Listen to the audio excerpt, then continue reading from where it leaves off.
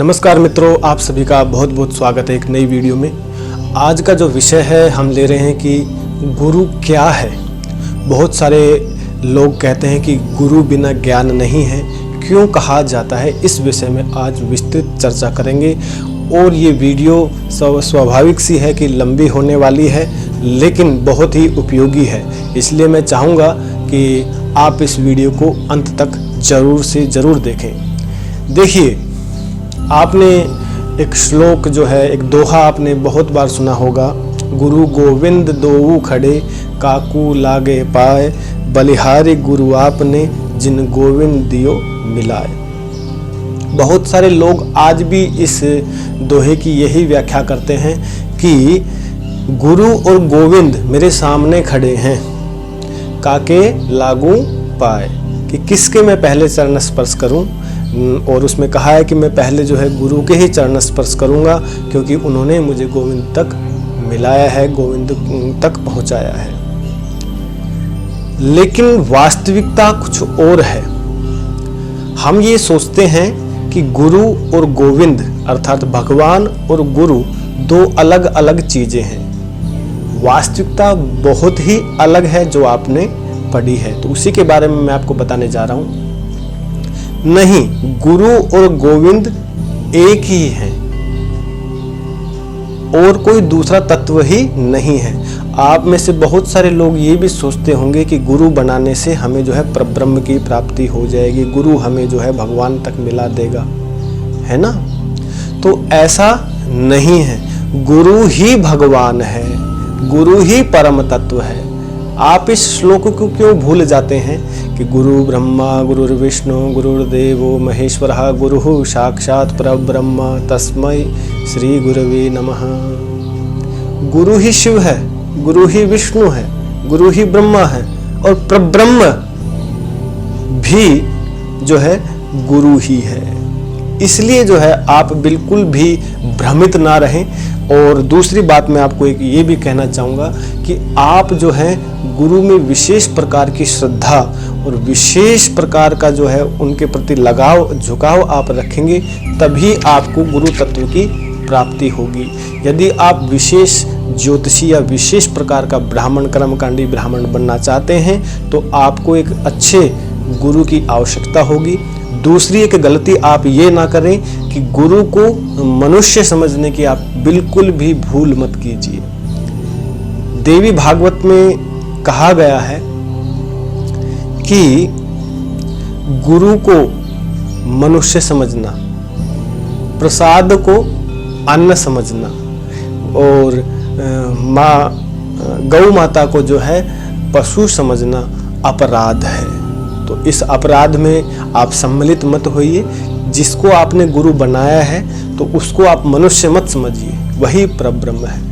एक श्लोक भी आता है, महिम्नो ना परास्तुति महेशा ना परो देवो, महिम्नो ना परास्तुति अघोरो ना परो मंत्रो, नास्ति तत्वं गुरु परम, कि गुरु से बढ़कर कोई तत्व ही नहीं है। भगवान शिव से बड़ा कोई देव नहीं है, महिम्न स्तोत्र से बढ़कर कोई स्तोत्र नहीं है, अघोर मंत्रों से बढ़कर कोई मंत्र नहीं है, और गुरु से बढ़कर कोई तत्व ही नहीं है।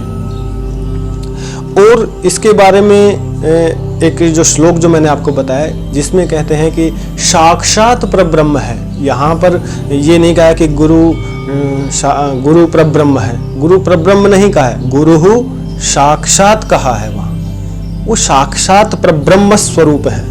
तो इस बात को आप विशेष ध्यान रखिए। और एक बात मैं आपको बताता हूँ कि हमारी एक वीडियो आई थी अभी, उसमें मैंने 7 नियमों के बारे में बताया था कि आपको अध्ययन करना है, नियमित रहना है, अपने अंदर पात्रता, अपने आप को शुद्ध रखना है, जिससे कि आप जो है जो भी ज्ञान अर्जित करें वो आपका संरक्षित रहे, सुरक्षित रहे। तो मैं आपको एक बात और भी बताने जा रहा हूँ कि ये जो विषय जो जुड़ रहा है इसके साथ ही, कि पुस्तकेषु या विद्या पर हस्तम गतम धनम कार्य काले समुत्पन्ने ना तत् विद्या ना तत् धनम। जो आपने पुस्तक में पढ़ा है वो पुस्तक में ही रह जाएगा, जो आपने दूसरे को धन दे दिया है वो दूसरे का ही है। कार्यकाल जब आप पर उत्पन्न होगा तो वो ना ही विद्या काम आने वाली है जो पुस्तक में आपने पढ़ी थी, और ना ही पुस्तक में जो पढ़ी थी, नहीं पुस्तक में जो विद्या है ना ही वो काम आएगी। जो दूसरे को धन दे दिया है वो भी आपके काम में नहीं आएगा। किंतु अगर श्री गुरुदेव की कृपा आप पर है तो जो आपने पुस्तक में शास्त्र में नहीं पढ़ा वो भी आपको स्मरण होने लगेगा। ये मेरा स्वयं का अनुभव भी है। तो आपसे मैं निवेदन करूंगा कि आप जिनको गुरु मानते हैं तो उनको जो है मनुष्य बिल्कुल भी ना समझे। गुरु एक तत्व है, इस बात को आपको समझना पड़ेगा। आप इस बारे में भी चिंतन करना बंद कर दीजिए कि मैंने उससे सीखा था या उससे नहीं सीखा था। ये गुरु तत्व ही है जो आपको विभिन्न अपने अपने स्वरूपों के पास भेजता है। ऐसा नहीं है कि जिससे आप पहले मिल गए वो गुरु है, जो अंत में मिल रहा है वो गुरु है। ऐसा आप बिल्कुल भी चिंतन मत कीजिएगा। आपको केवल एक बात को समझिए कि गुरु एक तत्व है जो कि आपको अंधकार से प्रकाश की तरफ लेकर जाता है। एक और भी दोहा है जिसमें कहा है कि सब धरती का गज करूं लेखनी वनराज, सात समुद्र की मसीह करूं गुरु गुण लिखा न जाए कबीरा। हमारे बहुत बड़े संत हुए, उन्होंने कहा कि ये सारी धरती को अगर मैं कागज कर लूं और लेखनी सब वनराज, सारे वनराज मतलब सभी जंगलों को मैं जो है कलम बना लूं, लेखनी बना लूं, और सात समुद्रों की मसी स्याही मैं अगर बना लूं तो भी जो है श्री गुरुदेव का जो गुण है, उनकी जो महिमा है, उसको हम बखान नहीं कर सकते हैं। एक विशेष बात आपको और भी ध्यान रखिए, मैंने पहले भी मैं बता चुका हूं कि आप जो है ये कतई ना सोचें कि गुरु किसी प्रकार का कोई मनुष्य है। इस बारे में आप बिल्कुल भी चिंतन करना आप बंद कर दीजिए। ये चिंतन ही नहीं लेके आना है मन मस्तिष्क में कि गुरु जो है एक मनुष्य है। तो गुरु जो है एक तत्व है और उस तत्व को पहचानिए, और गुरु के प्रति आपकी अगाध श्रद्धा आपको विशेष ऊंचाइयों पर ले जाने वाली होगी। गुरु ही मोक्ष का द्वार है ना। वो एक कहा भी गया है, मोक्ष मूलम गुरु कृपा, कि मोक्ष का जो मूल है वो श्री गुरुदेव की कृपा है। श्री गुरुदेव की कृपा की तरफ आप जाइए। उनकी कृपा प्राप्त आप किस प्रकार से कर सकते, तो गुरु की जो है कृपा उनकी सेवा करके प्राप्त किया जा सकता है। इस बारे में आप विशेष ध्यान रखिए। एक बात मैं पहले भी बता चुका हूं कि आप ये मत सोचिए कि गुरु और गोविंद या गुरु और भगवान परब्रह्म अलग अलग चीजें हैं।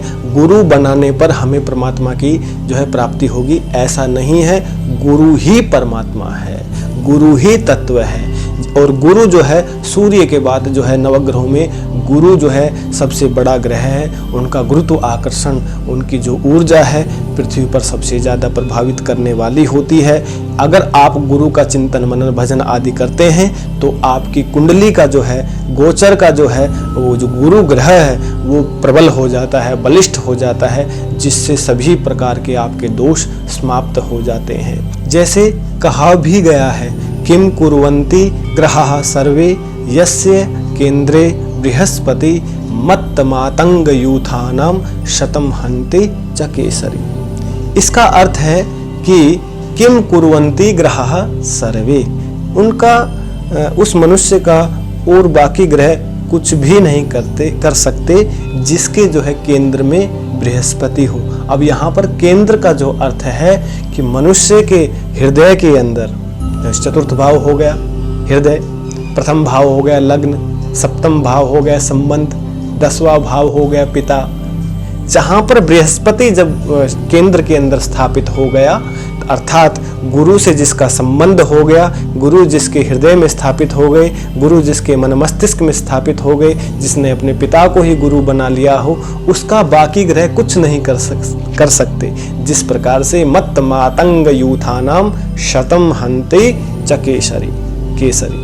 इसका मतलब ये है कि जो है पागल हाथियों का समूह हो, मत मातंग यूथानाम झुंड हो, पागल हाथियों का झुंड हो, शतम हन्ति चाहे केसरी, चाहे 100 पागल हाथी आपके सामने हो, 100 पागल हाथी अगर एक सिंह अकेले शेर के सामने हो तो उसका जो है वो हाथी कुछ नहीं बिगाड़ सकते हैं। इसी प्रकार से गुरु एक प्रकार से सिंह स्वरूप है, सिंह की तरह कार्य करता है। जिस प्रकार से सिंह जो है वनराज होता है, जंगल का राजा होता है, उसी प्रकार से जो है गुरु हमारे इस जगत के अंदर जो है गुरु है।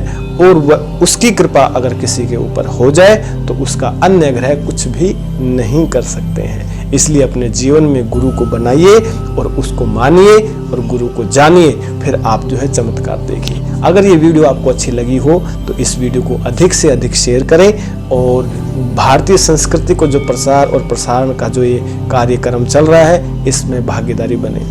आप सभी का बहुत बहुत धन्यवाद करता हूँ इस वीडियो को अंत तक देखने के लिए। मिलते हैं इसी प्रकार की वीडियो में, तब तक के लिए जय श्री राम।